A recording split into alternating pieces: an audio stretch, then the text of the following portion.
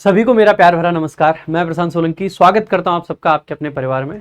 तो आज हम लोग डिस्कस करने जा रहे हैं द पंडित्स का लाइव मॉक टेस्ट नंबर 24 और बहुत अच्छा मॉक टेस्ट है आपका ये, जो नया पैटर्न कहें या यूं कहें कि जब से नए नए वेंडर्स आए हैं और एडिक्विटी जहाँ पे एग्जाम कंडक्ट करा रहा है, वैसे हर जगह आपको यही दिख रहा होगा एडिक्विटी बेस्ड मॉक टेस्ट। कायदे से एडिक्विटी पेपर नहीं बनाता है, पेपर बनाने का जो वेंडर है वो अलग है जिसका नाम एसएससी डिस्क्लोज नहीं करता है, क्योंकि नाम नहीं पता है तो लोग एडिक्विटी का मॉक टेस्ट बोल देते हैं। लेकिन तब से एक जो चीज आई है वो ये है कि डिफिकल्ट बड़े बड़े क्वेश्चंस आ रहे हैं। तो आज की क्लास में हम लोग भी देखते हैं कि किस तरीके के क्वेश्चंस हैं इसमें, और पूरे के पूरे क्वेश्चंस को डिस्कस करेंगे। और आप लोगों को अगर आपने मॉक टेस्ट अटेम्प्ट नहीं किया अब तक, तो सबसे पहले आपको क्या करना चाहिए, जाइए पंडित्स का जो टेलीग्राम चैनल है उस पर जाके आप मॉक टेस्ट अटेम्प्ट कर लीजिए। मंडे रात 12 बजे तक ये मॉक टेस्ट आपका लाइव रहेगा। अगर आप कर चुके हैं या आपको मॉक टेस्ट नहीं करना है, जस्ट वीडियो देखनी है, तो वीडियो देखिए मेरे साथ साथ में और आंसर करने का प्रयास कीजिए। जब आपका वीडियो कंप्लीट हो तो तब आपको एक बारी बताना है कि आपके 25 में से कितने मार्क्स बन पा रहे हैं, मतलब 25 में से कितने क्वेश्चन सही हैं। ठीक है, देखो सबसे शुरुआत में इसमें एक पैसेज डाल रखा है, तो देख लेते हैं एक बार। The human body's defence mechanism against infection is a complex process that involves multiple layers of protection. कहा गया है, देखो जब भी पढ़ो ना पैसेज बड़ा, तो इसमें सबसे पहली चीज जो आपको ध्यान देनी है वो ये है कि आपको ना पूरी लाइन पढ़नी है, ठीक है, जिससे कि एक शुरुआत में जिस्ट मिल जाए।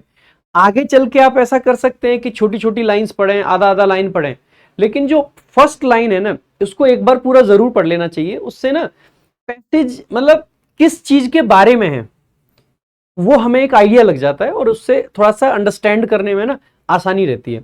तो शुरुआत में जितना लंबा सेंटेंस एक बार पढ़ लेंगे तो पूरा जरूरी है। देखो एक बार, सो कहा गया है कि the human body's defence mechanism.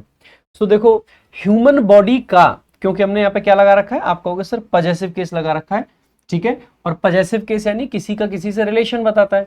So the human body's defence mechanism, defence mechanism की बात कर रहे हैं। किसका डिफेंस मैकेनिज्म? ह्यूमन के बॉडी का, ह्यूमन बॉडी का। किसके अगेंस्ट में है ये? क्योंकि देखो डिफेंस मैकेनिज्म है तो किसी के तो अगेंस्ट में होगा, डिफेंस कर रहे हैं तो किससे डिफेंस कर रहे हैं, ठीक है। तो अगेंस्ट आपका प्रेपोजिशन है जिसका ऑब्जेक्ट है इन्फेक्शन, इन्फेक्शन के against.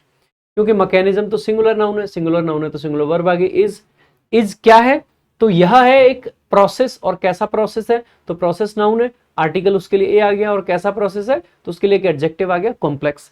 It's a complex process, है ना। दैट आपका क्या है, रिलेटिव प्रोनाउन है, ठीक है, रिलेटिव प्रोनाउन। दैट लगा सकते हैं, विच लगा सकते हैं यहाँ पे, है ना। और दैट का एंटीसीडेंट क्या है, प्रोसेस, जो कि सिंगुलर नाउन है, इसीलिए आगे वर्ब क्या आ गई आपकी, इन्वॉल्व्स। सो अगर एंटीसीडेंट सिंगुलर है तो आपकी वर्ब भी सिंगुलर आ गई। दैट इन्वॉल्व्स व्हाट, जिसमें शामिल है, क्या शामिल है जिसमें, multiple layers of protection. Multiple यानी एक से ज्यादा, इसीलिए आगे नाउन कैसा आ गया, प्लूरल। मल्टीपल के साथ हमेशा प्लूरल नाउन आएगा, है ना। और किस चीज की लेयर्स है, लेयर्स ऑफ व्हाट, तो आप कहोगे प्रोटेक्शन। तो ऑफ आपका रिलेशन बताने के लिए प्रेपोजिशन है जिसका ऑब्जेक्ट है प्रोटेक्शन, ठीक है। The immune system, the immune system आपका क्या है, नई क्लॉज का सब्जेक्ट है। इज डिजाइंड, उसको डिजाइन किया गया है, या ये कहें कि वो बना हुआ है। किस चीज, कैसा बना हुआ है, टू रिकॉग्नाइज, जिससे कि वो रिकॉग्नाइज कर सकता है। ये जिस तरह से डिजाइन है उसका पर्पज क्या है, पर्पज बताने के लिए हम जनरली क्या यूज करते हैं, 2+B1, to recognise and respond. अब देखो 2+B1 आ गया, और एंड से जब हम दो इन्फिनेटिव को जोड़ते हैं तो बाद वाला इन्फिनेटिव विदाउट टू के लिख सकते हैं, तो हमने विदाउट टू के लिख रखा है, तो टू रिस्पॉन्ड ना लिख के सिर्फ रिस्पॉन्ड लिख दिया, ठीक है। So the immune system is designed to recognise and respond. और किस चीज को रिस्पॉन्ड करना है, तो टू प्रेपोजिशन है जिसका ऑब्जेक्ट है पैथोजेंस। पैथोजेंस बेसिकली जो रोग का संक्रमण फैलाते हैं ना, वो कीटाणु वगैरह जो होते हैं, वही बेसिकली आपके रोगाणु कह सकते हैं आप इनको, ठीक है, pathogens.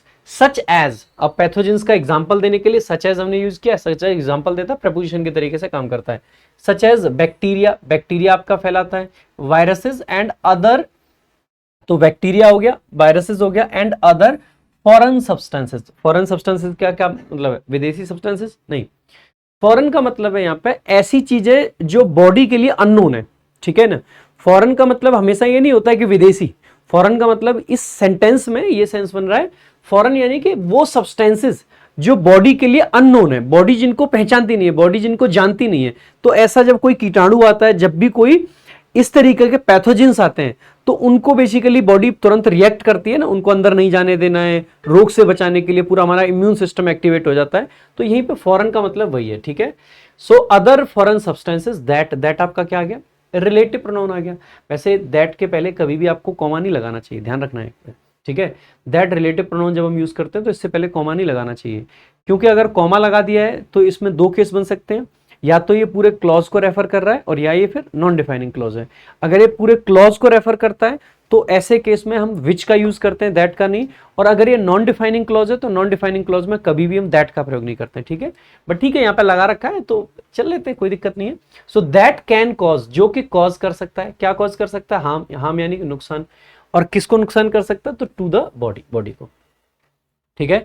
So other foreign substances that can cause harm to the body. This intricate system, और ये जो इंट्रिकेट का मतलब है उलझा हुआ, ठीक है, उलझा हुआ। तो जो इंट्रिकेट है यानी कि उलझा हुआ, this intricate system is crucial का मतलब है इंपॉर्टेंट, फॉर प्रेपोजिशन है जिसका ऑब्जेक्ट है मेंटेनिंग। अब मेंटेनिंग क्या है, फॉर प्रेपोजिशन है।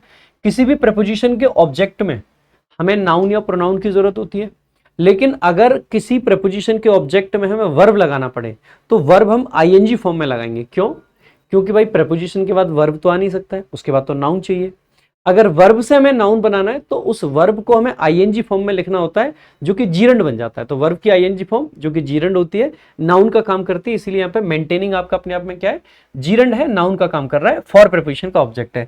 So which is crucial for what, for maintaining. अब क्योंकि देखो है तो ये वर्बल नाउन से ही तो बनाए, ठीक है, मतलब वर्ब से ही तो बनाए ये नाउन, तो इसका मतलब है कि इसमें वर्ब की भी क्वालिटी रह जाती है। सो मेंटेनिंग व्हाट, तो ये नाउन होने के बावजूद भी वर्ब के तरीके से ऑब्जेक्ट ले रहा है। मेंटेनिंग हेल्थ एंड प्रिवेंटिंग, जिस तरीके से मेंटेनिंग आपका जीरंड है वैसे ही प्रिवेंटिंग है। दोनों जीरंड को किससे जोड़ रखा है, एंड से जोड़ रखा है। एंड प्रिवेंटिंग व्हाट, तो जैसे मेंटेनिंग ने ऑब्जेक्ट ले रखा है हेल्थ, वैसे ही प्रिवेंटिंग ऑब्जेक्ट ले जाएगा डिसीज। तो ये मेंटेन करता है हेल्थ को, और प्रिवेंट करने का मतलब है रोकना, ठीक है, डिसीज यानी बीमारी को रोकता है। The first line of defence is the physical barrier provided by the skin and mucous membrane. अब जैसे ही देखोगे ना आप, so the first line of, यहां पे हमने पढ़ा था ना मल्टीपल लेयर्स ऑफ प्रोटेक्शन होते हैं, तो उनमें सबसे पहला क्या है, मल्टीपल लेयर्स हैं तो उनमें पहला लेयर क्या है, so the first line of defence, यानी कि सबसे पहला जो डिफेंस है इज द फिजिकल बैरियर, वो फिजिकल बैरियर होता है। So the first line of defence आपका सब्जेक्ट है, इज आपकी वर्ब है, उसका कॉम्प्लीमेंट में आ रखा है द फिजिकल बैरियर, जिसमें बैरियर नाउन है, फिजिकल एडजेक्टिव है, द आपका आर्टिकल है। प्रोवाइडेड, अब प्रोवाइडेड आपका क्या है, ये पास्ट पार्टिसिपल है, ठीक है। सो आप चाहें तो इसको ऐसे पढ़ सकते हैं, which is provided. Which is provided अगर आप लिखोगे तो ये एक रिलेटिव क्लॉज बनता है। रिलेटिव क्लॉज को रिड्यूस करके हम पार्टिसिपल के फॉर्म में लिख सकते हैं। So it's a participle, relative clause को रिड्यूस करके बनाया गया है। सो विच इज प्रोवाइडेड लिखो या खाली प्रोवाइडेड लिख दो, पार्टिसिपल लिख दो। प्रोवाइडेड बाई, किसके द्वारा प्रोवाइड किया जाता है, the skin and mucous membrane, ये जो मेम्ब्रेन होती है ना बाहर हमारे, ठीक है, झिल्ली, तो इसके द्वारा ये हमारा first line of defence provide करी जाती है। तो पहला, अगर हमें इन्फेक्शन से बचना है, अगर हमें पैथोजिन से बचना है, तो पहला बैरियर हमारा क्या है, कोई भी पैथोजिन डायरेक्टली हमारे बॉडी के अंदर नहीं जा सकता है, क्योंकि हमारे स्किन है, स्किन से टकराएगा, सीधे जाके ब्लड में नहीं मिलेगा वो, तो स्किन से टकराएगा, मेम्ब्रेन से टकराएगा, ठीक है। सो म्यूकस मेम्ब्रेन से टकराता है और स्किन से टकराता है, ठीक है। आगे दीज बैरियर्स, और ये जो बैरियर्स है, नई क्लॉज शुरू हो जाती है, प्रिवेंट, ये प्रिवेंट करते हैं पैथोजिन्स को फ्रॉम एंटरिंग द बॉडी, ये बॉडी में एंटर करने से प्रिवेंट करते हैं। एंड प्रोवाइड, और ये प्रोवाइड करते हैं a physical defence against infection, ये इन्फेक्शन के अगेंस्ट में फिजिकल डिफेंस प्रोवाइड करते हैं। तो दीज बैरियर सब्जेक्ट है, प्रिवेंट आपकी वर्ब है, पैथोजिन्स उसका ऑब्जेक्ट है, फ्रॉम प्रेपोजिशन है, प्रेपोजिशन के ऑब्जेक्ट में जीरंड आ रखा है, एंटरिंग का ऑब्जेक्ट है द बॉडी, एंड आपका कंजंक्शन है, क्योंकि प्रिवेंट आपकी वर्ब थी जिस तरीके से, तो एंड कंजंक्शन के बाद में एक और वर्ब आ रखी है आपकी प्रोवाइड। एंड प्रोवाइड करते हैं, क्या प्रोवाइड करते हैं, प्रोवाइड वर्ब का ऑब्जेक्ट है a physical defence against preposition है जिसका ऑब्जेक्ट है इन्फेक्शन, ठीक है। आगे देखो, अगर आप बहुत सारे पैसेजेस इसी तरीके से ब्रेक कर करके पढ़ना चाहते हैं, सो मैंने बहुत सारे रीडिंग बूस्टर्स डाल रखे हैं यूट्यूब पे, ऑलमोस्ट 50 वीडियोज आर देयर, तो आप उनको देख सकते हैं, उनमें भी मैंने इसी तरीके से ब्रेक कर करके पैसेजेस को समझाया हुआ है। इससे आपको क्या फायदा होगा, आजकल जैसे ऐसा ट्रेंड चल रहा है, सुनने में आया है कि पैसेज के अंदर से कोई वर्ड का पार्ट ऑफ स्पीच पूछ लिया जा रहा है या किसी चीज़ का फंक्शन पूछ लिया जा रहा है, कौन क्या क्लॉज बना रहा है, कौन पार्टिसिपल है, कौन आपका अपोजिटिव है, ये सब चीज़ें पूछी जा रही हैं। सो ये सब चीज़ें ना आपके लिए मतलब it will be like a cup of T, ठीक है, अ कप ऑफ कॉफ़ी, कि बहुत ईजी है, ठीक है, बहुत आसान लगेगा आपको क्योंकि आप रोज उन चीज़ों को पढ़ रहे होंगे, सीख रहे होंगे। सो रीडिंग बूस्टर्स बहुत अच्छा आपको फायदा देगा, ठीक है, देख लेना आप एक बारी। द स्किन्स एसिडिक पीएच, ये जो पीएच मान होता है ना स्किन का जो कि एसिडिक होता है, एंड द प्रेजेंस ऑफ, अच्छा आपसे एक क्वेश्चन है, सो पीएच मान की वैल्यू कहाँ से कहाँ तक एसिडिक होती है, कहाँ से कहाँ तक बेस वाली होती है, एक बार ये कमेंट बॉक्स में बताना, मेरे को थोड़ा थोड़ा याद है, बचपन में मैंने कहीं पढ़ा था, आप भी बताना एक बार। So the skin's pH and the presence of enzymes. So देखो दो सब्जेक्ट हैं आपके, दोनों को एंड से जोड़ा गया है, पहला स्किन का एसिडिक पीएच, दूसरा the presence of enzymes, enzymes की प्रेजेंस, और किस चीज में प्रेजेंस है इनकी, इन टीयर्स एंड सलाइवा। तो सलाइवा में और टीयर्स में जो एंजाइम्स प्रेजेंट है वो, और इसके अलावा स्किन का एसिडिक पीएच, ये बेसिकली क्या करते हैं, ऑल्सो हेल्प, ये हेल्प करते हैं, वर्ब हेल्प है, तो हेल्प प्लूरल वर्ब है, क्यों, क्योंकि देखो एक तो एसिडिक पीएच एक चीज हो गई, इसके अलावा एंजाइम्स की बात, मतलब प्रेजेंस, किस चीज की प्रेजेंस, एंजाइम्स की, तो दो चीजों की बात कर रहे हैं, एक तो पीएच की और एंजाइम्स की प्रेजेंस की, तो इसका मतलब है वर्ब कैसी चाहिए हमें, प्लूरल। अकेले प्रेजेंस के लिए वर्ब लगाते तो सिंगुलर आती, लेकिन यहाँ पे क्योंकि हम स्किन के एसिडिक पीएच की भी बात कर रहे हैं और एंजाइम्स की प्रेजेंस की बात कर रहे हैं, इसीलिए वर्ब कैसे आ गई, प्लूरल वर्ब आ गई। हेल्प करती है, किस चीज में हेल्प करता है, टू डेटर, ध्यान देंगे हेल्प के बाद में हम चाहें तो टू लगा भी सकते हैं, हेल्प डू समथिंग या हेल्प टू डू समथिंग, तो टू प्लस V1 लिखो या अकेला V1 लिखो, यानी हेल्प के बाद में इन्फिनेटिव या बेयर इन्फिनेटिव दोनों चल जाते हैं, ठीक है। हेल्प टू डेटर, डेटर करने का मतलब है किसी को एक तरीके से पीछे धकेलना या एक तरीके से किसी को रोकना, और किसको डेटर करना है, पैथोजेंस को, ठीक है। हाउएवर, हालांकि if pathogens are able to breach this barrier, हालांकि हाउएवर आपका कंजंक्टिव एडवर्ब है, कंजंक्टिव एडवर्ब ऐसे वर्ड्स होते हैं जो कि दो सेंटेंसेस के मीनिंग को जोड़ते हैं। कंजंक्शंस ऐसे शब्द होते हैं जो दो सेंटेंसेस को, कहीं आप यूं कह सकते हैं दो क्लॉजेस को जोड़ते हैं, ठीक है। यहां पे देखो फुल स्टॉप है, ऐसा नहीं कि ये वाला सेंटेंस और ये वाला सेंटेंस जोड़ा गया है, नहीं, सेंटेंसेस दोनों डिफरेंस हैं, दोनों डिफरेंट है, लेकिन पुराना सेंटेंस और अगला सेंटेंस, इन दोनों के मीनिंग को जोड़ा गया है। पहले हम कह रहे हैं कि ये जो स्किन है या जो हमारे ये जो मेम्ब्रेन है, ये प्रिवेंट करता है किसको, ये जो पैथोजेंस है इनको अंदर आने से, और फिर हम कह रहे हैं कि हालांकि अगर ये पैथोजेंस अंदर आने में एबल रहते हैं, तो दोनों कॉन्ट्रास्टिंग बात है, कॉन्ट्रास्ट दिखाने के लिए हमने क्या लगाया, हाउएवर का यूज किया है। तो हाउएवर आपका कंजंक्टिव एडवर्ब है, आगे इफ आपका कंजंक्शन है, कंडीशन दे रहा है, इफ पैथोजेंस आर एबल, अगर पैथोजेंस आपके एबल होते हैं, सक्षम होते हैं, क्या करने में एबल होते हैं, तो टू ब्रीच करना यानी किसी चीज को तोड़ना, खास करके किसी बैरियर को या किसी चीज को, दिस बैरियर, अगर वो इस बैरियर को तोड़ने में कामयाब होते हैं, the immune systems second line of defence is activated. तो फर्स्ट लाइन ऑफ डिफेंस आपने पढ़ी, अब सेकंड लाइन ऑफ डिफेंस पे हम आ गए, तो इम्यून सिस्टम की सेकंड लाइन ऑफ डिफेंस जो है वो एक्टिवेट हो जाती है। The second line of defence involves, second line of defence में क्या क्या है, अब देखो मैं ज्यादा ब्रेक इसलिए नहीं कर रहा हूं क्योंकि ये सारे स्ट्रक्चर्स पहले आ रखे हैं ना। तो इन्वॉल्व्स क्या क्या इन्वॉल्व करता है, the activation of immune cells, तो सेकंड लाइन में क्या है, एक्टिवेशन ऑफ इम्यून सेल्स, जैसे कि such as neutrophils and macrophages. तो मैक्रोफेजेस और न्यूट्रोफिल्स, ये जो व्हाइट ब्लड सेल्स होते हैं ना, जो रोग प्रतिरोधक क्षमता बढ़ाते हैं, उसी का एक प्रकार होता है न्यूट्रोफिल्स, ठीक है। सो और मैक्रोफेग्स विच रिकॉग्नाइज, और जो क्या करते हैं, देखो जैसे यहाँ पे विच रिलेटिव प्रोनाउन है ना, ऐसे यहाँ पे दैट भी रिलेटिव प्रोनाउन था, तो वो ही आना चाहिए, ठीक है। So which recognise and engulf pathogens, तो ये जो न्यूट्रोफिल्स हैं और मैक्रोफेग्स हैं ये रिकॉग्नाइज करते हैं, क्योंकि विच आपका रिलेटिव प्रोनाउन है, और क्योंकि माइक्रोफेग्स और न्यूट्रोफिल्स मिलके प्लूरल सब्जेक्ट बन रहा है, इसीलिए वर्ब क्या बनेगी, recognise and engulf, plural verb बनेगी। पैथोजेंस, इंगल्फ करने का मतलब है एक तरीके से किसी को घेर लेना, या बेसिकली किसी को ना, मतलब किसी का भक्षण करना एक तरीके से, शुद्ध हिंदी बोलूं तो, है ना। आगे दीज सेल्स, ये जो सेल्स होते हैं ये प्ले करते हैं अ क्रूशियल रोल, एक इंपॉर्टेंट रोल, किस चीज में, तो इन प्रेपोजिशन है जिसका ऑब्जेक्ट है अगेन एक जीरेंट, एलिमिनेटिंग पैथोजेंस। ये जो सेल्स हैं ये बहुत इंपॉर्टेंट रोल प्ले करते हैं पैथोजेंस को एलिमिनेट करने में, क्योंकि जब इनको इंगल्फ कर रहे हैं इसका मतलब एलिमिनेट कर रहे हैं फ्रॉम द बॉडी। ये बॉडी से पैथोजेंस को एलिमिनेट करते हैं और प्रिवेंट करते हैं। तो जैसे एलिमिनेटिंग है वैसे ही प्रिवेंटिंग आपका जीरेंट है इन्फेक्शन, ये इन्फेक्शन को प्रिवेंट करते हैं, ठीक है। न्यूट्रोफिल्स फॉर एग्जांपल, फिर एग्जांपल देके न्यूट्रोफिल्स को समझाया जा रहा है यहाँ पे। So neutrophils for example are a type of white blood cell. ये वही जो व्हाइट WBC जिसको बोलते हैं व्हाइट ब्लड सेल, ये व्हाइट ब्लड सेल का ही एक टाइप होता है दैट इज पर्टिकुलरली इफेक्टिव, जो कि खास तौर पर इफेक्टिव होता है एट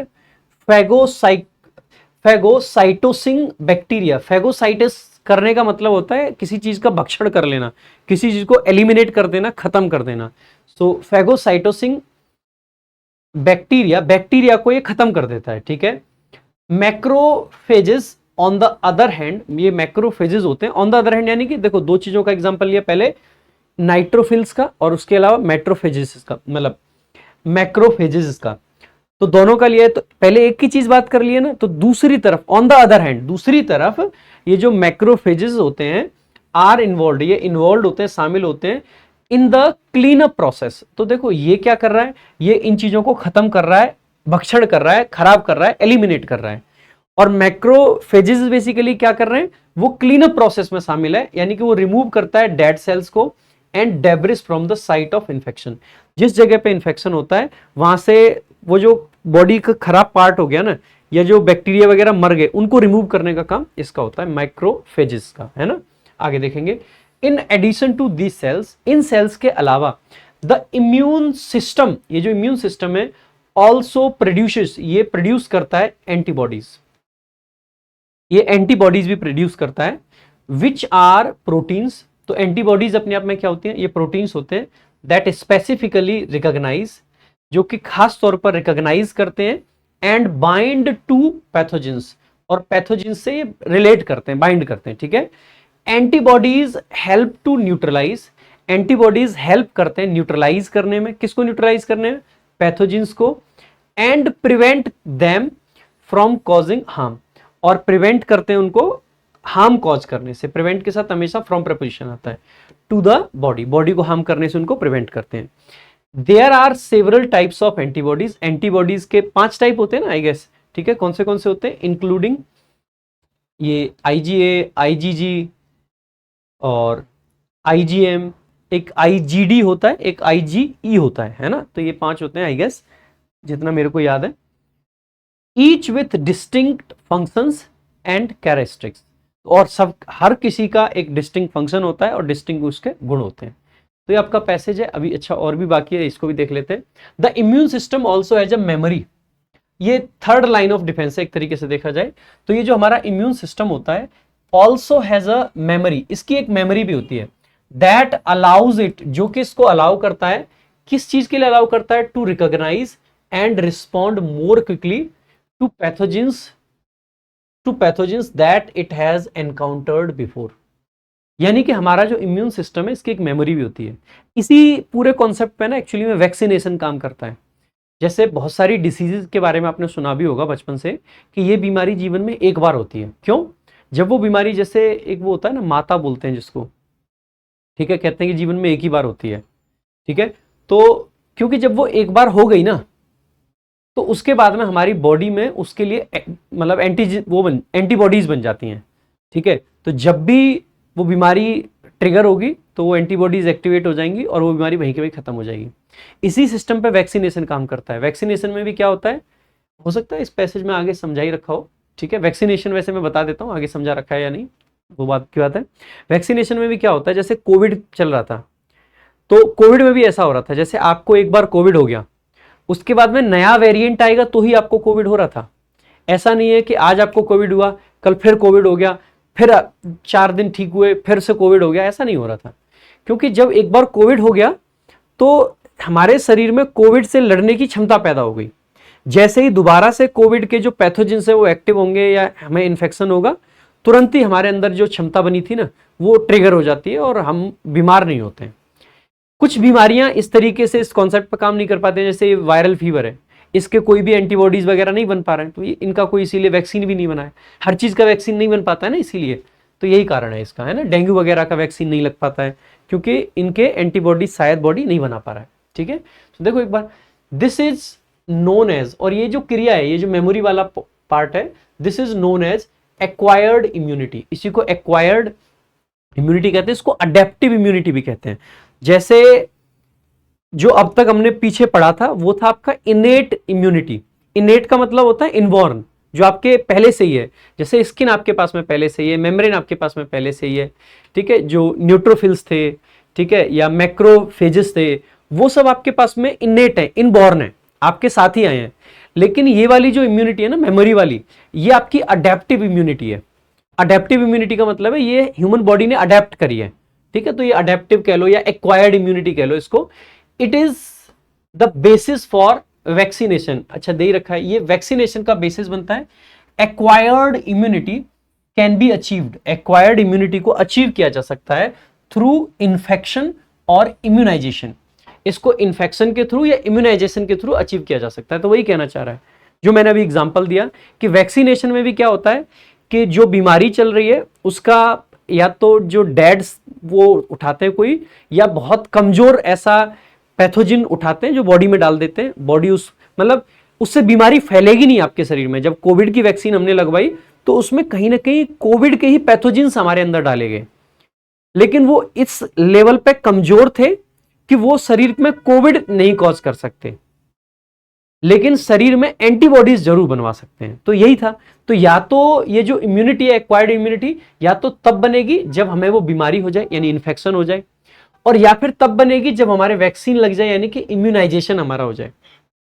वैक्सीन अगर हमने लगा दी है, इनोक्यूलेट करते हैं वैक्सीन को, वर्ड ध्यान रख लेना, इनोक्यूलेट करते हैं, इंजेक्शन वगैरह जब लगाते हैं, ठीक है। एंड इट प्रोवाइड्स, और यह प्रोवाइड करता है long term protection against specific pathogens. Specific pathogens के अगेंस्ट लॉन्ग टर्म प्रोटेक्शन हमें प्रोवाइड करता है। वैक्सीनेशन इन्वॉल्व्स, वैक्सीनेशन में क्या क्या शामिल होता है? Introducing a small harmless piece of pathogen, जो मैं अभी बता रहा था, छोटा हार्मलेस पीस ऑफ पैथोजन लाते हैं, और अ वीकेंड पैथोजन यानी कि या फिर एक कमजोर किया गया पैथोजन लेते हैं टू द बॉडी। इसको बॉडी में बेसिकली इंट्रोड्यूस करा जाता है। विच ट्रिगर्स, जो कि ट्रिगर करता है N immune response without causing disease, बिना बीमारी को फैलाए ये हमारे शरीर के अंदर बेसिकली इम्यून रिस्पॉन्स ट्रिगर करता है, हमारे शरीर को एक्टिव कर देता है कि इस वाले पैथोजन से आपको लड़ना है। दिस अलाउज, और ये हमें अलाउ करता है the immune system, this allows the immune system, और ये इम्यून सिस्टम को अलाउ करता है क्या करने के लिए? To recognise and respond to the pathogen more quickly if it encounters it again in the future. कहा गया है कि अगर, और ये चीज जो है अलाउ करते हैं इम्यून सिस्टम को कि ये जल्दी से रिकॉग्नाइज करे और रिस्पॉन्ड करे उस पैथोजन को तेजी से, अगर दोबारा फ्यूचर में कभी भी वो पैथोजन से वो एनकाउंटर होता है या उसका सामना होता है। वैक्सीन्स हैव बीन इंस्ट्रूमेंटल, जो वैक्सीन्स हैं ये इंस्ट्रूमेंटल रही हैं किस चीज में? इन कंट्रोलिंग, कंट्रोल करने में, इन प्रेपोजिशन जिसको ऑब्जेक्ट है आगे, कंट्रोलिंग, एंड एलिमिनेटिंग, और एलिमिनेट करने में, एलिमिनेट करने में व्हाट? मेनी इन्फेक्शियस डिसीजेस, बहुत सारी इन्फेक्शियस डिसीज को इन्होंने पास्ट में भी एलिमिनेट कराया और कंट्रोल कराया। And they continue to play a vital role in public health, और आज भी इनका बहुत इंपॉर्टेंट रोल है पब्लिक हेल्थ में। अंडरस्टैंडिंग द इम्यून सिस्टम, अब अंडरस्टैंडिंग आपका सेंटेंस के शुरुआत में आया है, इसका ऑब्जेक्ट है द इम्यून सिस्टम। अभी हमें ये नहीं देखते ये क्या है, बस ये समझ लेंगे understanding, understanding what? The immune system, and आपका कंजंक्शन है, how it works is essential. क्या समझना है आपको? Understanding is essential. तो अंडरस्टैंडिंग इज योर सब्जेक्ट, अगर ये सब्जेक्ट है इसका मतलब ये नाउन है यानी कि जीरंड है। सो अंडरस्टैंडिंग एक जीरंड है जिसका ऑब्जेक्ट है the immune system, so the immune system उसका ऑब्जेक्ट बना। और क्या अंडरस्टैंड करना है? तो one thing you need to understand is this and the other thing you need to understand is this, यानी कि जिस तरीके से ये ऑब्जेक्ट है उसी तरीके से ये भी ऑब्जेक्ट है, यानी कि अगर ये नाउन है तो ये भी नाउन है, लेकिन ये तो क्लॉज के फॉर्म में, इसीलिए this is called a noun clause. तो how it works is a noun clause, ठीक है, जो कि क्या फंक्शन कर रहा है? अंडरस्टैंड वर्ब का ऑब्जेक्ट बनने का काम कर रहा है। So understanding how it works is essential. ये समझना कि यह कैसे काम करता है ये बहुत जरूरी है, एसेंशियल है। फॉर किस चीज के लिए? Developing effective treatments, effective treatments अगर डेवलप करने हैं तो ये समझना बहुत जरूरी है। एंड प्रिवेंशन स्ट्रेटजीज, और प्रिवेंशन स्ट्रेटजीज को भी डेवलप हमें करना है फॉर इन्फेक्शियस डिसीजेस, ऐसी डिसीजेस के लिए जो इन्फेक्शन से फैलती हैं। बाई अंडरस्टैंडिंग, अब बाई प्रेपोजिशन जिसका ऑब्जेक्ट है अंडरस्टैंडिंग, ठीक है। By understanding what, how the immune system responds to pathogens. अब देखो ये भी नाउन क्लॉज है, अंडरस्टैंडिंग का ऑब्जेक्ट है how the immune system responds to pathogens. Noun clause सामान्यतः या तो दैट कंजंक्शन से बनती है, या इफ से बनती है, या वेदर से बनती है। इसके अलावा जितने WH वर्ड्स होते हैं उनको कंजंक्शन के रूप में यूज करके भी हम नाउन क्लॉज बनाते हैं, ठीक है। नाउन क्लॉज हमेशा असर्टिव सेंटेंस होते हैं, आप कभी भी इंटरोगेटिव फॉर्म में नाउन क्लॉज नहीं बना सकते, ये भी ध्यान रखेंगे। इसीलिए आपने देखा होगा एक रूल हम हमेशा से पढ़ते आए हैं कि WH वर्ड सेंटेंस के जब भी बीच में आते हैं तो फिर वो क्वेश्चन नहीं होते, वहां पे हमारा असर्टिव स्ट्रक्चर लगता है। वो इसीलिए क्योंकि जब WH वर्ड सेंटेंस के बीच में आया है so it's a conjunction introducing a noun clause, तो वहां पर वो एक कंजंक्शन होता है, नाउन क्लॉज को इंट्रोड्यूस करने के लिए आता है, इसीलिए वहां पर असर्टिव स्ट्रक्चर यूज करते हैं हम लोग, है ना। So response to pathogens, scientist can, अब देखो बाई प्रेपोजिशन उसका ये ऑब्जेक्ट, उसका आगे पूरा पूरा ऑब्जेक्ट, साइंटिस्ट आपका सब्जेक्ट है, can helping verb, develop main verb है। Scientist can develop targeted therapies, वो टारगेटेड थेरेपीज डेवलप कर सकते हैं। दैट रिलेटिव प्रोनाउन है, इसका एंटीसीडेंट है थेरेपीज, और क्योंकि थेरेपीज प्लूरल है तो इनहेंस आपकी प्लूरल वर्ब आ गई। दैट इनहेंस, क्या इनहेंस करता है, the immune response, immune response को इनहेंस करता है, एंड और क्या करता है, प्रिवेंट करता है इन्फेक्शन को, ठीक है। तो प्रिवेंट और इनहेंस दोनों आपकी एंड से जुड़ी गई वर्ब है।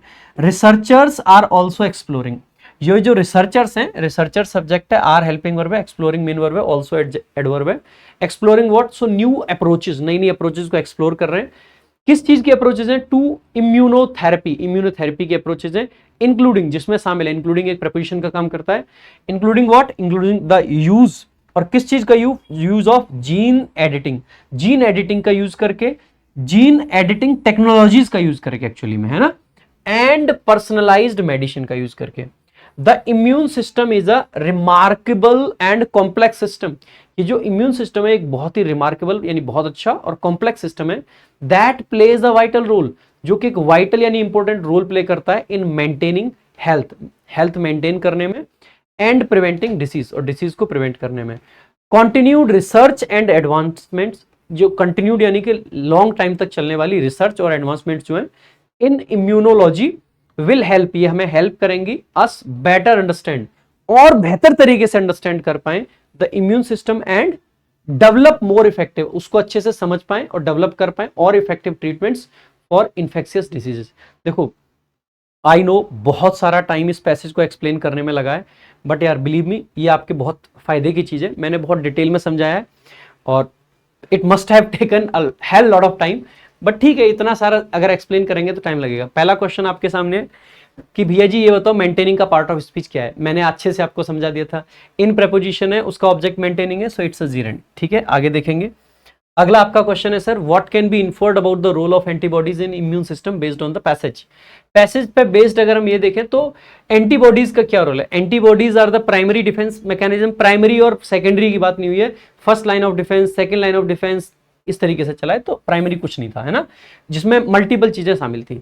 आगे देखेंगे, antibodies are only effective against bacterial, नहीं, बैक्टीरिया और आपका जो वायरस, ठीक है, सबके अगेंस्ट था। Antibodies play a crucial role in neutralising pathogens and preventing infections, एकदम सही बात है, न्यूट्रलाइज करता है ये बेसिकली पैथोजेंस को और प्रिवेंट करता है इन्फेक्शन को। एंटीबॉडीज आर नॉट एसेंशियल, ऐसा नहीं कह सकते, एक्वायर्ड इम्यूनिटी के लिए एंटीबॉडीज आर एसेंशियल, है ना। आगे फेगोसाइटोसिंग मीन, फेगोसाइटोसिंग का मतलब वो था ना किसी चीज को एक तरीके से खत्म करना, है ना, सो प्रोड्यूस करना नहीं होगा, इनगल्फिंग एंड डिस्ट्रॉइंग, बिल्कुल सही बात है, फॉरेन पार्टिकल्स। आगे देखेंगे, identify the type of clause in the sentence, okay, तो कौन सी, vaccination involves introducing a small harmless piece of pathogen और a weakened pathogen to the body which triggers an immune response without causing disease. What type of clause is which triggers, which relative pronoun है, ठीक है, which अगर relative pronoun है तो obvious सी बात है कि relative clause है, relative clause है, so that's the correct answer, ठीक है। relative clause को कई बार adjective clause भी बोलते हैं भाई, ये भी ध्यान रख लिया, है ना, बिकॉज रिलेटिव क्लॉज किसके लिए आता है, एंटीसीडेंट के लिए। एंटीसीडेंट क्या होता है, नाउन या प्रोनाउन, नाउन या प्रोनाउन के बारे में जानकारी देने वाले शब्द हो, फ्रेज हो, क्लॉज हो, वो क्या होंगे, एडजेक्टिव होंगे, इसलिए relative clauses are type of adjective clauses, ठीक है। Next, which of the following best summarises the main idea of the passage, इनमें से कौन सा मेन आइडिया होगा? The immune system is a simple, simple नहीं, 2 बार लिखा हुआ है कि कॉम्प्लेक्स है ना। Vaccination is the most effective way, नहीं, only way to achieve acquired immunity vaccination नहीं है, वो तो इन्फेक्शन से भी फैलता है, होता है मतलब। The immune system is primarily responsible for recognizing and responding to bacterial, नहीं, सारे तरीके के infection. The immune system is a complex and multi layered defence mechanism that involve physical barrier, immune cells and antibodies to protect the body against infection. बिल्कुल सही बात है। आगे देखेंगे, identify the word that is correctly spelled. Penitent, penitent का मतलब होता है रिपेंटेंट, जो वो करे, सही लग रहा है। लेक्चर, लेक्चर में तो LECTURE है ना, तो ये गलत है। लगेज में LUGGAGE, तो जी पहले आएगा, ए बाद में आएगा, है ना। बिलीव में BELIEVE, ठीक है, तो ये वाला। So A option is the correct answer. Next देखेंगे, अगला आपका क्वेश्चन है, she had a subtle sense of, subtle का मतलब होता है डेलिकेट, एक तरीके से मतलब तो बहुत जो बारीक होता है ना, बारीक, उसको बोल देते हैं। सबसे पहले पीस तो शांति है, क्या पूछा है इसका? सिनोनिम पूछा है ना। सो एक्सप्लिसिट का मतलब है जो क्लियरली एक्सप्लेन्ड हो, एंटोनिम पूछा होता तो ये हो सकता था, है ना। सप्लेंट जो किसी चीज की भरपाई करता है एक तरीके से, तो ये भी नहीं बनेगा, तो क्या बन जाएगा? न्यूएंस्ड बन जाएगा। हम कहते हैं ना लैंग्वेज के न्यूएंसेस को समझो, न्यूएंसेस का मतलब क्या है? बारीकियां, तो ये सटल यानी बारीक, न्यूएंस्ड यानी कि बारीक, है ना। बाकी देख लेना एक बार वर्ड्स। सप्लेंट का मतलब है किसी चीज को रिप्लेस करना या टेक द प्लेस ऑफ, किसी चीज को बेसिकली भरना, उस पोजीशन को, है ना। आगे पीस, शांति जानते हैं, सारे सिंपल वर्ड्स है, देख लेना एक बार, है ना, वो कैब आपके सामने, क्योंकि ऑलरेडी पैसेज पे हमने बहुत टाइम लगा दिया है। So I don't want to मतलब make the video of 1.5 hour, तो ऐसा नहीं लगना चाहिए कि बच्चों को 1.5 आवर्स की वीडियो हो जाए, बच्चों को लगे कि इतनी बड़ी वीडियो बना दी, है ना। Which of the following is the correct active voice from the sentence? Active voice पूछा है, देख लेते हैं, यानी कि पैसिव गिवन है। The company's decision to downsize its workforce has been widely criticised, has been widely criticised, यानी कि हमें इसी स्ट्रक्चर पे चलना है। सबसे पहले ऑप्शन एलिमिनेशन पे जाना पड़ेगा। हैज वाइडली क्रिटिसाइज्ड बन सकता है, बन तो सकता है, लेकिन सब्जेक्ट तो चेंज ही नहीं करा, सब्जेक्ट तो जैसे का तैसा है। क्या पैसे में सब्जेक्ट चेंज नहीं होता? बिल्कुल होता है। तो that's not the correct answer. दूसरा देखते हैं, हैज वाइडली, हैज के बाद में V1 तो आता ही नहीं है बेटा, ये तो गलत ही हो जाएगा। Has been widely criticised, the company has been widely criticised, ये तो पैसिव ही है अभी भी, it's still passive, been plus V3 नहीं बनेगा। The media and the public have widely criticised, तो हैव प्लस V3 आपका करेक्ट हो जाएगा। यहाँ पे देखेंगे ना, by the media and the public, ठीक है। आगे देखेंगे, देखो बड़ा क्वेश्चन था, बट आप इसको छोटा कर सकते हैं, कैसे करके? आप अपनी समझदारी का परिचय थोड़ा सा देखें कि ऑप्शंस को एलिमिनेट करना है। The room was dash of any personal touches that might have revealed something about it's occupants personality और इंटरेस्ट्स। सबसे पहले ये देखेंगे, the room was dash of, देखो वॉज के बाद में सबसे पहले चेरिस आपकी वर्ब होती है, ये नहीं आ सकता है, ठीक है। श्राउड भी जनरली वर्ब के तरीके से आता है, ये भी नहीं आएगा, ठीक है। सो हम ये कह सकते हैं विगर आपका नाउन होता है। Vigour of any personal touches तो कोई सेंस नहीं है। डिवॉइड ऑफ, डिवॉइड ऑफ का मतलब है lacking, so it was lacking, कमी थी किसी चीज की, so devoid of is the correct answer. The room was devoid of, यानी कि रूम में किसी चीज की कमी थी। किस चीज की कमी थी? पर्सनल टचेस की कमी थी, जिससे कि बेसिकली रिवील कर सकता है अबाउट इट्स ऑक्यूपेंट की पर्सनैलिटी और इंटरेस्ट कैसे थे, ठीक है। आगे देखेंगे तो सारे वर्ड देख लेंगे। श्राउड नाउन वर्ब दोनों तरीके से आ सकता है। श्राउड यानी ढकना किसी चीज को, या ढकने का जो आवरण होता है ना, उसको बोल देते हैं। चेरिस वर्ब होती है। डिवॉइड एडजेक्टिव है। विगर आपका नाउन होता है। यहाँ पे नाउन की जरूरत नहीं थी, ठीक है। आगे देखेंगे, यहाँ पे वर्ब की जरूरत कैसे थी? देखो द रूम, रूम कैसा था, रूम कैसा था, तो इसके लिए एडजेक्टिव चाहिए हमें, क्योंकि लिंकिंग वर्ब आ रखी है। नाउन आता है तो कोई ना कोई आर्टिकल आता, क्योंकि ऑफ आ रखा है। मान लीजिए हमने नाउन ले लिया है ना, समझना मेरे भाई, नाउन आ गया, नाउन के बाद में ऑफ आ गया, नाउन ऑफ नाउन स्ट्रक्चर है, तो यहाँ पे आर्टिकल द आया होता कि नहीं आया होता? आप कहते बिल्कुल आता सर, नहीं है, इसका मतलब है नाउन वॉज नॉट नीडेड, है ना, इसकी नीड नहीं थी हमें। आगे देखेंगे, नेक्स्ट आपका क्वेश्चन है, what does the idiom gall and wormwood mean? देखो ये काफी पुराना ईडियम है, and I guess Bible Old Testament से लिया गया है। इसका ओरिजिन जो है, ये जो गर्ल होता है ना, ये बेसिकली एक तरीके से जहर को रेफर करता है, जहर। और ये जो वार्म वुड होता है ना, ये वो होती है ना पुरानी जड़ी बूटियां, बहुत जो कड़वी वगैरह होती हैं, उसको रेफर करता है। सो प्लेजेंट नहीं हो सकता है। सोर्स ऑफ ग्रेट अनोयंस और बिटरनेस, बिटरनेस कड़वापन, कड़वाहट तो है ही, तो ये पॉसिबल है। टाइप ऑफ मेडिकल ट्रीटमेंट नहीं होगा, टाइप ऑफ प्लांट नहीं होगा। So correct answer is a source of great annoyance और बिटरनेस, है ना, ये करेक्ट आंसर हो जाता है। आगे देखेंगे, नरेशन पूछा भाई इनडायरेक्ट। इनडायरेक्ट है तो देखो इसमें भी हमें ऑप्शन पे ही जाना चाहिए। सैड है यानी कि टेंस चेंज होगा, है ना मेरे भाई, दो तीन चीजें नजर में रखनी चाहिए। सैड है यानी कि we need to change the tense, will को वुड करना पड़ेगा, सो वुड बी क्लोज्ड आना चाहिए एक तो। इसके अलावा और क्या चेंजेस हमें एक्सपेक्टेड है, आर की जगह पर वर आना चाहिए, है ना। तो पहला ऑप्शन देखेंगे, विल को विल छोड़ दिया, ये गलत हो जाएगा। वुड बी क्लोज, बेटा वुड तो कराए लेकिन क्लोज कर दिया है, यहाँ पे आपने देखा क्या था, क्लोज्ड। यहाँ पे बी प्लस वी थ्री है, हमें स्ट्रक्चर में चेंज नहीं करना है, टेंस बदलना है बट नॉट द स्ट्रक्चर, गलत हो जाएगा। ठीक है, अगला देखेंगे, वुड भी आ रखा है, सही है, वर आ रखा है, सही है, वुड भी आ रखा है, वुड बी क्लोज्ड, सही है, आर आ रखा है, गलत है। कौन सा ऑप्शन सही हो जाएगा, C is the correct answer. So this is the way to eliminate the option. सबसे पहले हमें इसी पे जाना है, सबसे पहले टेंस चेक करना चाहिए, टेंस के बाद में हमें प्रोनाउंस चेक करना चाहिए। ठीक है, आगे देख लेते हैं। ऑप्युलेंस का बेसिकली हमें एंटोनिम पूछा। ऑप्युलेंस का मतलब होता है वेल्थ, बहुत ज्यादा पैसा, धन। ठीक है, the opulence of the palace was evident. तो देखो एसेट तो इसका सिनोनिम में ही आ जाएगा, कैवेलियर तो घुड़सवारों के लिए बोल देते हैं। ठीक है, नेबुलस का मतलब हेजी होता है, मतलब धुंधला, इसका भी कोई सेंस नहीं है। ऑस्टेरिटी का मतलब क्या है, देखो एग्जैक्टली ये बनना नहीं चाहिए था बट बन सकता है।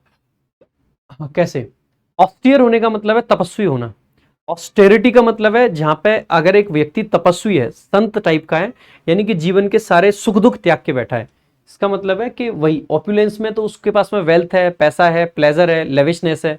ठीक है, और यहाँ पे ऑस्टेरिटी में उसके पास में कुछ नहीं है, so that suits the best, है ना, सबसे ज्यादा यही सूट करता है आपका।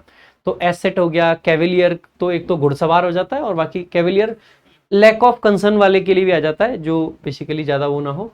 ऑस्टेरिटी में देख लेंगे, simplicity, शिवियरिटी, restrain, luxury, indulgence, opulence, ये इसके एंटोनिम में बन पा रहा है ना, यही हो जाएगा।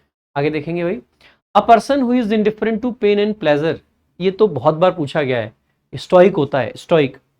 तो stoic is the correct answer. Stoicism क्या होता है मेरे भाई, स्टोइसिज्म इस कॉन्सेप्ट को बोलते हैं, जो व्यक्ति पेन एंड प्लेजर से फर्क नहीं पड़ता वो स्टोइक होता है। ठीक है, तो स्कॉफ तो मजाक उड़ाना होता है, एंटोमोलॉजी कीट वाला हो गया। ठीक है, इसके अलावा वर्सेटाइल, जो हर कोई काम कर लेता है, थोड़ा सा अपने आप को ढाल लेता है। ठीक है, एबल टू अडेप्ट, स्टोइक बता दिया, एंटोमोलॉजी इंसेक्ट की कीट वाला हो गया, विज्ञान हो गया। स्कॉफ यानी टू मॉक और स्पीक अबाउट, मॉक यानी मजाक उड़ाना किसी का। What does the underlined idiom, ये जो ईडियम दे रखा है, इस ईडियम का मतलब क्या होगा, ये यहाँ पे पूछा गया है। ठीक है, so hedge one's bets in the sentence, देख लेते हैं। द सेवी इन्वेस्टर, सेवी का मतलब होता है मेरे भाई समझदार, जिसके अंदर मतलब नॉलेज हो, ज्ञान हो। Decided to hedge her bet, सबसे पहले तो इसका मीनिंग पॉजिटिव होगा, बिकॉज सेवी से हमें साफ साफ समझ आ रहा है कि ये समझदार आदमी है। टू टेक अ रिस्क, ये तो and bet everything on one outcome, ये तो नेगेटिव इन सेंस है। बाकी आगे देख लेते हैं। बाई डाइवर्सिफाइंग, डाइवर्सिफाई कर रहा है यानी कि एक जगह इन्वेस्ट नहीं करेगा, ये तो वैसे ही एलिमिनेट हो जाता है। Her portfolio, investing in a mix of stocks, bonds and real estate to protect herself from potential losses in any one particular market while also calculated risk, while also taking calculated risk to maximize her returns and ensure a stable financial future। देखो risk भी ले रही है, लेकिन ऐसा नहीं ले रही है कि एक ही जगह पे ले रही है कि सब डूब जाए। इसका मतलब है to protect oneself from loss by supporting multiple possibilities, सही बात है। To avoid taking any risk, नहीं, नीचे लिख रखा है रिस्क तो लिया है, also taking calculated risk. To invest all one's money single venture में, नहीं, तो B option is the correct answer, है ना। आगे देखेंगे, a person who is an expert in the study of the structure and behaviour of rocks, rocks के लिए तो यही हो जाता है ना, पेट्रोलॉजिस्ट, पेट्रोलॉजिस्ट। जियोलॉजिस्ट तो पृथ्वी वाला हो गया, मिनरोलॉजिस्ट मिनरल वाला हो गया, सिस्मोलॉजिस्ट जो आपका जो भूकंप आता है ना, सिस्मिक वेव्स, वो वाला, है ना। तो आगे देख लेंगे। The following sentence, error detection का क्वेश्चन है। The weather was fairly cold, the weather subject है सेंटेंस का, वॉज आपकी वर्ब है, कोल्ड आपका एडजेक्टिव है, कितना कोल्ड था, फेयरली। देखो फेयरली जो होता है ये पॉजिटिव कनोटेशन का एडवर्ब होता है, इसी का एक नेगेटिव कनोटेशन का एडवर्ब होता है रेदर। ठीक है, so when something is expected और positive in nature we should use fairly, and when something is unexpected और like some negative in connotation, ठीक है, जो नेगेटिव मीनिंग कनोट करे, तो ऐसे केस में रेदर आना चाहिए। एंड मेड, अब एंड कंजंक्शन है, मेड आपका V2 है क्योंकि वॉज आ रखा है, ये भी पास्ट की बात है, ये भी पास्ट की बात है, एंड से दो पास्ट की चीजें जोड़ रखी है। मेड किस चीज को, आवर ट्रिप, कैसा कर दिया, uncomfortable. Uncomfortable is a negative word. अगर एक नेगेटिव वर्ड हमने लगाया है तो यहाँ पे फेयरली चाहिए था हमें या रेदर चाहिए था। आप कहोगे अगर कोई चीज आपकी ट्रिप को अनकंफर्टेबल बना रही है दैट मीन्स इट्स नेगेटिव। अगर ये नेगेटिव है so we should not use fairly, हमें फेयरली की जगह पे क्या यूज करना चाहिए, रेदर का यूज कर लेना चाहिए। So rather is the correct answer, B option में आपका एरर है। ठीक है, now let's move to the next question. अगला आपका जो क्वेश्चन है that is which of the following is the correct indirect narration of the sentence. Indirect narration पूछा है। देखो आगे सैड है यानी कि टेंस चेंज होगा, हैव बीन है तो हैव बीन को हैड बीन में बदल देंगे, had been facing, had been facing, had been facing, had been facing. वाह। आगे a lot of challenges in the past few months but we have managed to overcome, है ना, कुछ ऐसे लिख रखा है। यहाँ पे had managed है, had managed है, had manage है, ये गलत हो जाएगा, had managed है। ओके आगे देखेंगे आर, तो आर को बदल देंगे, ये आर गलत हो गया, वर है, वर है, बाकी तो सेम लग रहा है। अच्छा एक यहाँ पे ये भी वर्ब थी, 2 + V1 ओवरकम, और यहाँ पे दिख रहा है ओवरकेम। भाई 2 के बाद में हमेशा V1 आता है, कभी भी V2 नहीं आता है ना, चाहे पास्ट की बात हो प्रेजेंट की बात हो, 2 + V1 होता है, इसलिए ओवरकेम गलत हो जाएगा, ओवरकम। सी इज दी, सी तो हमने एलिमिनेट कर दिया था ना, D is the correct answer में, है ना, D is the correct answer, क्योंकि वहां पर वर्ब दे रखा है और ओवरकम दे रखा है। नेक्स्ट देखेंगे अगला आपका क्वेश्चन। So what did occur in the town centre is not our responsibility. अब देखो सेंटेंस को जैसे हम देखते हैं ना, सबसे पहली नजर में क्योंकि वॉट सेंटेंस के स्टार्टिंग में आया है तो हमें लगेगा कि इट्स अ क्वेश्चन वर्ड, है ना, हमें तो ऐसा ही लगेगा, तो it's a question word. Question word आ गया, उसके बाद में हेल्पिंग वर्ब आ गई, ही आपकी मेन वर्ब आ गई। बेटा मैं कहता हूं कि अगर सबसे पहली बात तो मैं इसको क्वेश्चन वर्ड भी मान लूं, वॉट और हु या हुम, ये इस तरीके के क्वेश्चन वर्ड होते हैं जो सब्जेक्ट या ऑब्जेक्ट बन सकते हैं। खास करके वॉट और हु आपके सब्जेक्ट बनते हैं। अगर सब्जेक्ट बनते हैं और इनके साथ में वॉट अगर सब्जेक्ट हो और हु अगर सब्जेक्ट हो और जब ये क्वेश्चन हो तो भी हमें डू डज डिड की जरूरत नहीं होती। तो जैसे हमने डिड देखा तो ये तो वैसे भी गलत है, हालांकि यहाँ पे क्वेश्चन वर्ड है नहीं, अभी मैं बस समझाऊंगा आपको, ठीक है, बट एटलीस्ट डिड तो यहीं से गलत है, ये तो मैं समझ ही आ गया, तो नो इंप्रूवमेंट तो नहीं हो सकता है। सो वॉट आपका क्वेश्चन वर्ड मान लिया हमने, डिड हेल्पिंग वर्ब है, अकर आपकी मेन वर्ब है। इसका मतलब है कि वॉट साथ ही साथ में सब्जेक्ट भी है बेटा। क्यों, जब भी कोई वर्ब आएगी तो उसके लिए सब्जेक्ट चाहिए, तो वॉट क्या है, सब्जेक्ट है। What did occur in preposition जिसका ऑब्जेक्ट है द टाउन सेंटर, है ना, तो ये पूरा का पूरा क्या बना, ऑब्जेक्ट। इज आपकी क्या है, आप कहोगे वर्ब है। बेटा इज का सब्जेक्ट क्या है, इज वर्ब है, इसका सब्जेक्ट क्या है, आप कहोगे सर इसका सब्जेक्ट तो हमें पता ही नहीं। Is not our responsibility, what is our not, what is not our responsibility, क्या चीज हमारी रिस्पॉन्सिबिलिटी नहीं है। आप कहोगे जो भी टाउन सेंटर में हुआ वो हमारी रिस्पॉन्सिबिलिटी नहीं है, यानी कि what is not our responsibility, जो भी टाउन सेंटर में हुआ that is not our responsibility. इसका मतलब है कि यहां से और यहां तक अगर इस पूरे पार्ट को थोड़ा सा ध्यान से मैं देखूंगा, स्टार्टिंग हेयर यहां से यहां तक अगर पूरे पार्ट को मैं देखूंगा तो ये जो पार्ट है ना, ये इस इज वर्ब का क्या बन रहा है, सब्जेक्ट।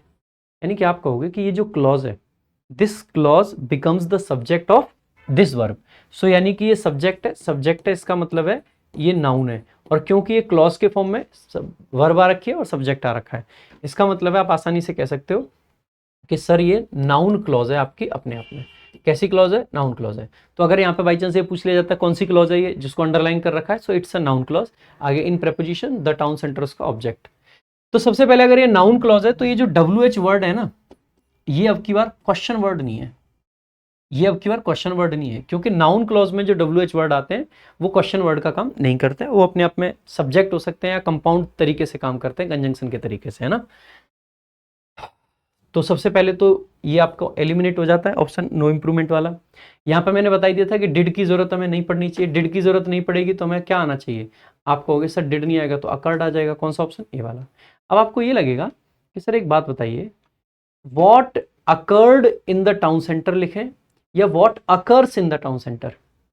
मैं कहूंगा बेटा दोनों सही हो सकते हैं। अगर मैं कहता हूं ना what occurred in the town centre, इसका मतलब है कि टाउन सेंटर में जो भी हुआ that is not our responsibility, वो हमारी रिस्पॉन्सिबिलिटी नहीं है।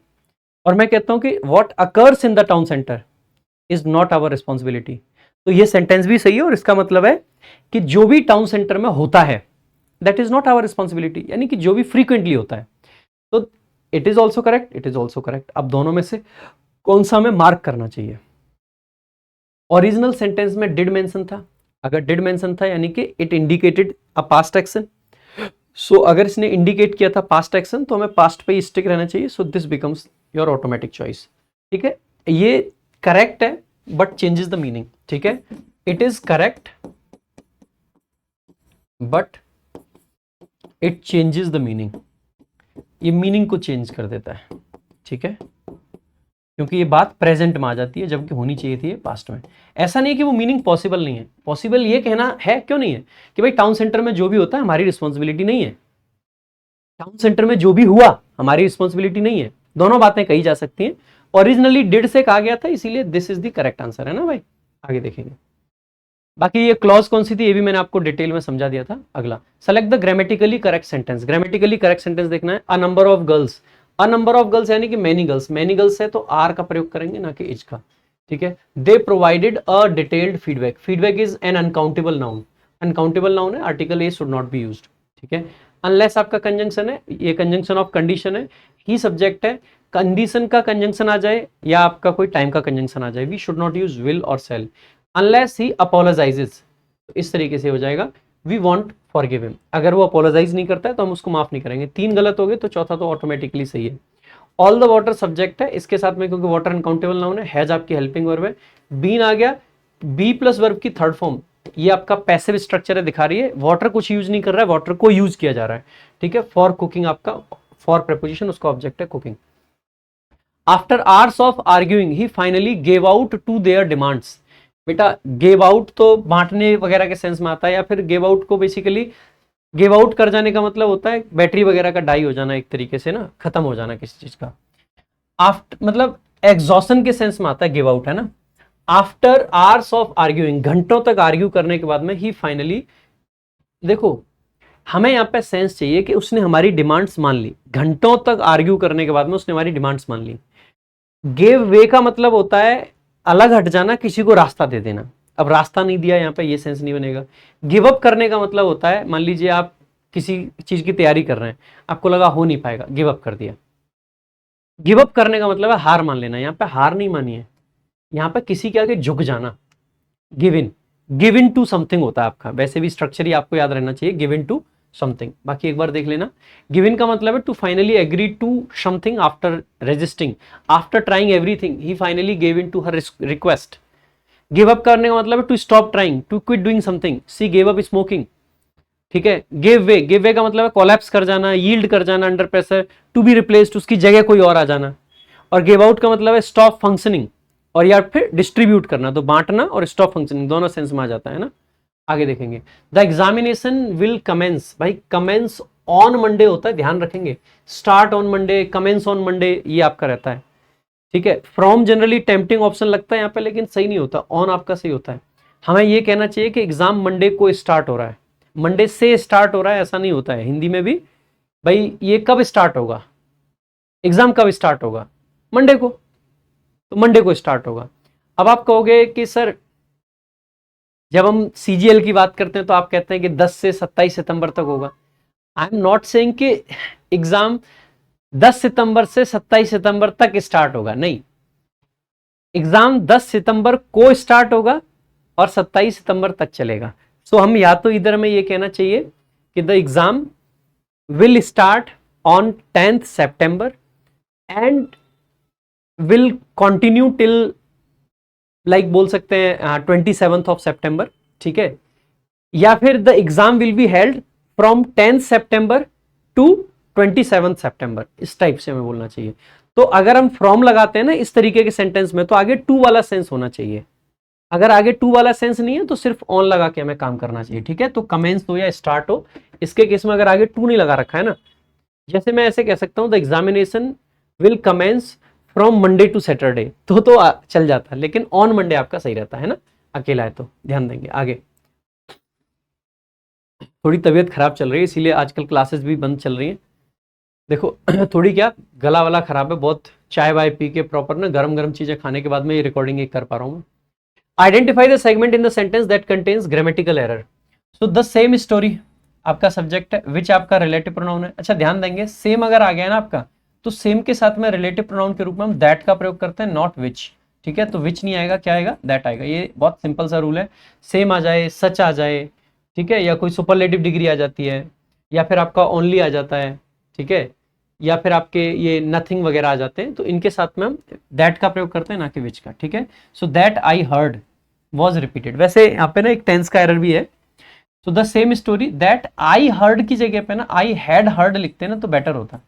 चलने को आई हर्ड भी चल जाएगा, लेकिन I had heard should have been the better answer, क्योंकि यहाँ पे वॉज रिपीटेड है। आप एक बात समझना, ये टाइमलाइन है, दिस इज योर टाइमलाइन, ये प्रेजेंट है आपका।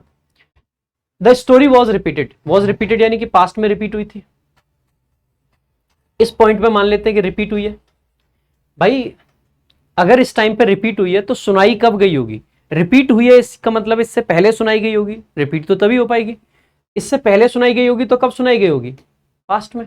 पास्ट ऑफ पास्ट हो गया, पास्ट ऑफ पास्ट है यानी कि had plus V3, so this is the better answer, है ना।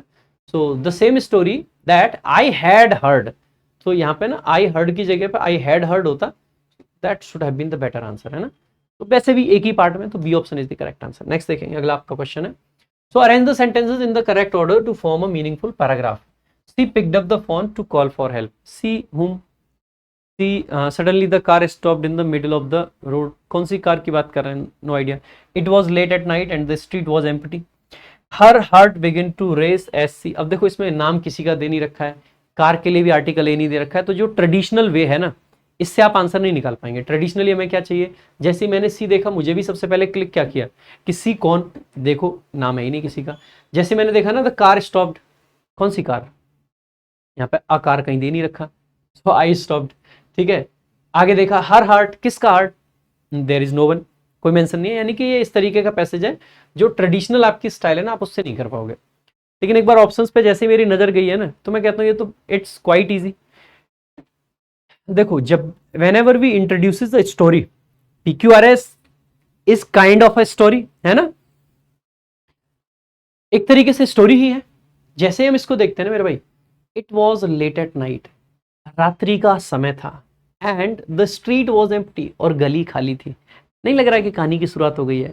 रात्रि का समय था, गली खाली थी, अचानक से एक कार रुकती है in the middle of the road, road के बीच में। हर हार्ट यानी कि the person sitting in the car. ठीक है, so the girl sitting in the car heart began to race, उसका दिल दौड़ने लगा। As she saw no one around, जब उसने देखा चारों तरफ कोई भी नहीं है। Because she found no one around, she picked up the phone to call for help, इसीलिए फोन उठाया और मदद के लिए उसने कॉल शुरू की। अब मदद के लिए कॉल क्यों की? Because the car stopped. She did not stop the car but the car stopped. This is the beauty of a language. मैं ये नहीं कह रहा हूं कि उसने कार रोकी, कार खुद रुक गई, दैट मीन्स कि कार खराब हो गई, है ना। तो सिंपल सी स्टोरी है। सो सी जो है ना वो स्टोरी की सेटिंग है, मतलब स्टोरी को शुरू करने के लिए एक सेटिंग है। ठीक है, सो कितने ऑप्शन सी से शुरू होते हैं? There is only one option. ठीक है, एक ही ऑप्शन है जो सी से स्टार्ट होता है, तो आप आसानी से आंसर मार्क कर सकते थे। वैसे भी स्टोरी इतने प्यार से मैंने सुनाई दी आपको। ठीक है, आगे देखेंगे। Complete the minutes of the last meeting. अच्छा जी, choose the most appropriate option to change the voice, voice का क्वेश्चन है। देखो so complete is a verb V1, imperative sentence है भाई। क्या कंप्लीट करना है? द मिनट्स, किस चीज के minutes? Of the meeting, meeting के minutes. Minutes of the meeting का मतलब क्या होता है मेरे भाई? मिनट्स ऑफ द मीटिंग का मतलब है डिटेल्स ऑफ द मीटिंग, जो भी मीटिंग में डिस्कस हुआ है चीजें, है ना, वो सब, तो उसके मिनट्स आपको कंप्लीट करने हैं। सो ये V1 है, ये आपका क्या है? ऑब्जेक्ट है। ठीक है, सबसे पहले कंप्लीट V1 को द कंप्लीटेड एडजेक्टिव में तो मत बदलो। ठीक है, मिनट्स आपका नाउन है, इसके लिए एडजेक्टिव बना दिया, so this option is eliminated. The meetings last minutes, हम ये नहीं कहना चाह रहे हैं कि मीटिंग के लास्ट मिनट, हम कहना चाह रहे हैं लास्ट मीटिंग के minutes, this is also eliminated. The minutes of the last meeting are to be completed, अब देखो is to, are to, am to, ये सारे स्ट्रक्चर्स होते हैं और ये तब लगाते हैं I am to go there, मुझे वहां जाना है। मैंने अगर ये कहा ना I am to go there, मुझे वहां जाना है। I am to buy a new mobile, मेरे को एक नया मोबाइल खरीदना है। I am to record another video, मेरे को एक और वीडियो रिकॉर्ड करना है। तो जो चीजें अभी नहीं हुई हैं, यानी कि it is not a fact, fact नहीं है कि मैंने कुछ किया नहीं है, अभी आगे करना है।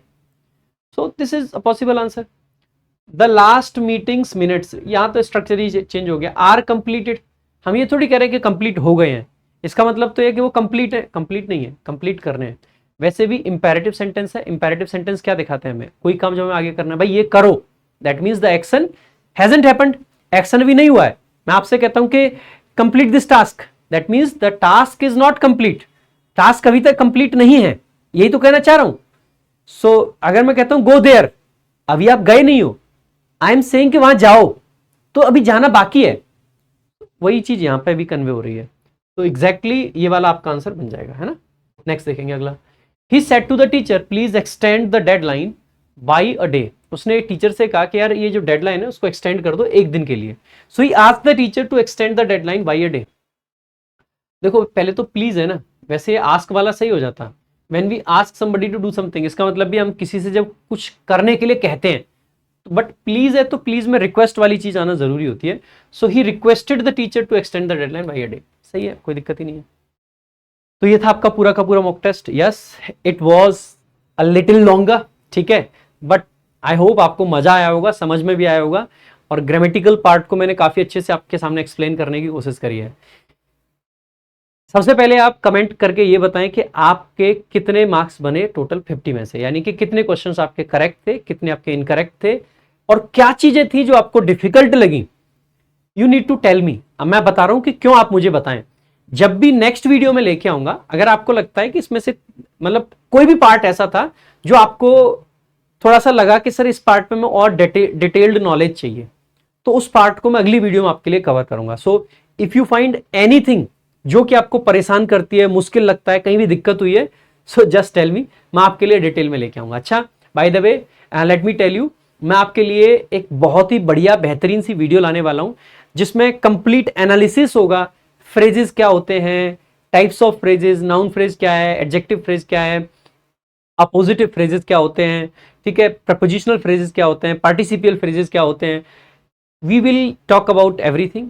After phrases we will be talking about clauses, all about clauses, क्या होती है क्लॉजेस, किस तरीके से आइडेंटिफाई करना चाहिए, noun clauses, adjective clauses, adverb clauses, everything, ठीक है। उसके अलावा मेरे भाई टाइप्स ऑफ सेंटेंसेस क्या होते हैं, complex sentence, compound sentence, simple sentence, उसके अलावा वो वाले टाइप भी पढ़ेंगे, assertive, interrogative, imperative, exclamatory, we will be learning everything, ठीक है। सो सब कुछ आपको यही मिलने वाला है। सो यहाँ पे आपको ट्यून इन करते रहना है, ठीक है। सो सबसे पहले आपको क्या करना है, चैनल को सब्सक्राइब कर लीजिए, and if you like the way I teach, you can also check out my English special recorded batch. 699 के फी में आपको लाइफ टाइम वैलिडिटी के साथ में ये बैच मिलता है। आरजी विक्रमजीत ऐप डाउनलोड कीजिए, आपको वहां पे ये बैच मिल जाएगा। सारे के सारे कंटेंट इसमें अपडेटेड है, आपको बढ़िया तरीके से सीखने को मिलेगा। बाकी मेरा लाइव बैच भी वहां पे मिलता है, आप वो भी चेकआउट कर सकते हैं। बाकी हमारी बुक्स बहुत सारी, बहुत अच्छी अच्छी बुक्स आपके लिए यहाँ पे हैं। अभ्यास रहे, प्रैक्टिस के लिए ना, इसमें हमने सीडीएस के भी क्वेश्चंस डाल रखे हैं। ये हमें पहले से ही आभास था कि ऐसा हो सकता है कि अब की बार पेपर का लेवल बढ़ जाए, इसीलिए मैंने जब अभ्यास्त्र बनाई थी तो हमने इसमें सीडीएस के क्वेश्चन डाले थे, जिससे कि आपको सीखने के लिए एक्स्ट्रा चीजें भी मिले। इसके अलावा वोकैब संजीवनी, इंग्लिश रामबाण में फ्रेजेस, क्लॉजेस, सब कुछ हमने बड़े डिटेल में मेंशन करा हुआ है। बाकी क्रांति, पॉकेट रॉकेट की हमारी एक वोकैब की बुक भी आई है, वो भी आप चेकआउट कर सकते हैं। इंस्टाग्राम पे जरूर फॉलो कर लें, टेलीग्राम ज्वाइन कर लें, और व्हाट्सएप चैनल भी ज्वाइन कर लें, ठीक है। सो this is all for today, thank you so much, जय हिंद, जय भारत।